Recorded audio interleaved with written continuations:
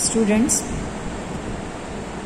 in textbook, if you will open page number 41, the topic is given adjustments.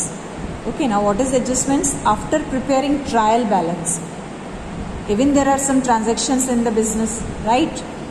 So those transactions also are to be recorded in the books, right? What I taught you, that from the trial balance you have to prepare the balance sheet, the final accounts, right? Trial balance पर से हम क्या बनाएंगे? Final account. लेकिन trial balance prepare करने के बाद भी तो बिजनेस में कुछ चेंजेस होते हैं, and these changes are to be recorded in the books of accounts. We can't omit or we can't leave any of the transaction, right? So after preparing trial balance, if there are any changes or if there are any other new transactions in the business, we have to record them in the final account. That means now these transactions we have to adjust. That's why we call them adjustments. Okay. Now adjustments means we have to give the accounting effect in final accounts. Now this is double entry system, so we have to give the double effect. So even in final account we have to give the double effect of these adjustments in the final account. So remember, there are always minimum two effects of each and every balance sheet. Every adjustment has double effect. ये बात याद रखना. Now क्या क्या adjustments business में करनी पड़ सकती है? Like closing stock. After preparing trial balance, at the end of here, you will come to know what is the remaining stock, what is the unsold stock. Okay, now closing stock means साल के and में आपके पास क्या stock बचा. ये तो last में पता चलेगा, इसका तो पहले कहीं ट्रायल बैलेंस तक कोई रिकॉर्ड नहीं होगा.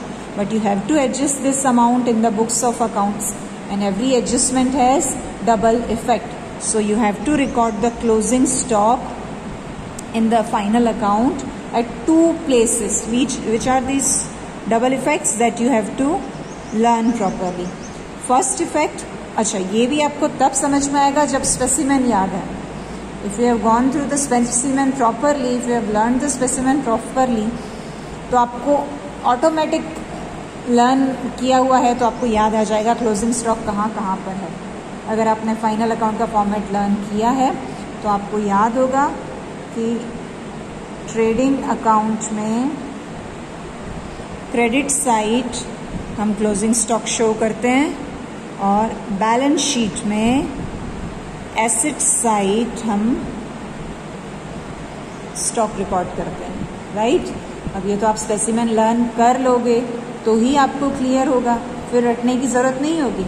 So just you have to keep the points in mind. Okay, so closing stock adjustment is recorded at two places: trading account credit side, balance sheet asset side. देखो text book खोल के specimen check करो, इन दो जगह पे closing stock होगा. So every adjustment has double effect. Adjustment में अगर क्लोजिंग स्टॉक दिया है तो आप ट्रेडिंग अकाउंट में क्रेडिट साइड और बैलेंस शीट में एसेट साइड रिकॉर्ड करोगे. दैट्स इट, है ना? तो सिर्फ एडजस्टमेंट का ये इफेक्ट लर्न कर लो, फॉर्मेट स्पेसिमेन लर्न कर लो. So nothing is tough, just you have to take interest. Okay, revise the video again and again, listen to the video, open the textbook, and you have to put your efforts. Then if any outstanding expense is there, okay, if any expense is outstanding. Now outstanding expense means the expense that is still not paid. ऐसा कोई भी expense जो अभी आपकी payment करना बाकी है तो उस expense को हम कहेंगे outstanding expense. That can be any expense, it can be salary, it can be light bill, like insurance premium. कोई भी एक्सपेंस अगर आउटस्टैंडिंग है so it's the liability. Okay, so you have to show it on liability side. And second effect, it's a expense, so either it can be in trading account और PL account, जो भी हो. अगर वो trading का expense है तो trading में जाएगा, पीएल का एक्सपेंस है तो पीएल में जाएगा. right? So its first effect will be in trading account और PL account जैसा expense होगा, ठीक है? ट्रेडिंग अकाउंट और PL अकाउंट में you have to add to the respective expense. जैसे सैलरी आउटस्टैंडिंग है तो उसको आप कहाँ दिखाओगे? प्रॉफिट एंड लॉस अकाउंट में डेबिट साइड. अगर वेजेस आउटस्टैंडिंग है तो कहाँ दिखाओगे? वेजेस कहाँ आती है? ट्रेडिंग अकाउंट में, तो ट्रेडिंग अकाउंट में डेबिट साइड. अब ऑलरेडी ट्रायल बैलेंस में अगर वेजेस दी हुई हैं तो हम उसमें ऐड कर देंगे. सैलरी दी हुई है तो सैलरी को सैलरी में ऐड कर देंगे. So simply you just be the simple outstanding expense. First effect अगर ट्रेडिंग का एक्सपेंस है तो ट्रेडिंग अकाउंट में डालो, PL का एक्सपेंस है तो PL अकाउंट में डालो, but which side? Debit side. This is first effect. And second effect you have to show this on the liability side in balance sheet, right? Clear? तो ये तो आप सम्स करोगे ना तो समझोगे, but you have to keep all this points in mind. Format, adjustments, ये सब आपको लर्न करना है. If you will open your text book on page number 41, adjustment entries and there effects in the annual accounts is given. See it's given closing stock, तो उसका double effect दिया हुआ है, asset side of balance sheet and credit side of trading account. Outstanding expense, debit side of trading और PL account, और liability side of balance sheet. Okay, बहुत अच्छे से टेक्स्ट बुक में एक्सप्लेनेशन दिया हुआ है. Listen to the video, open the textbook, learn learn learn. Okay, it's given बेटा. You have the ready notes, you have to go through the notes and you have to learn. क्या करना है बेटा? Double effect कहाँ होंगे? तीन ही तो चीज़ें हैं आपके पास, ट्रेडिंग, PL और बैलेंस शीट. उसमें हर डबल इफेक्ट में आप देखोगे एक इफेक्ट तो बैलेंस शीट में आ ही रहा है, तो दूसरा इफेक्ट आइदर इन ट्रेडिंग और PL होगा. You don't have to just write it again and again. Keep the points in mind. Okay, page number 41 से 44 तक adjustments double effect is given. जो जो पॉइंट अगर एडजस्टमेंट में होगी तो आप फाइनल अकाउंट में कहाँ कहाँ उनका इफेक्ट दोगे, that's given in your text book. But after learning the specimen learn होगा तो आपको ऑटोमेटिकली क्लिक हो जाएगा, हाँ ये एक्सपेंस तो यहाँ दिखाते हैं. Okay, clear? So please go through the pages of your text book from 41 to 44. Next is like given prepaid expense. अब कई बार आप एक्सपेंस पे नहीं करते हो तो कई बार ऐसे होता है एडवांस में भी पे कर देते हो.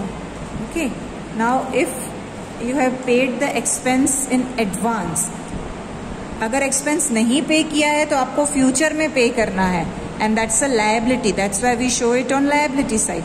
But if you have paid it advance में पे कर चुके हो तो इट्स एसेट.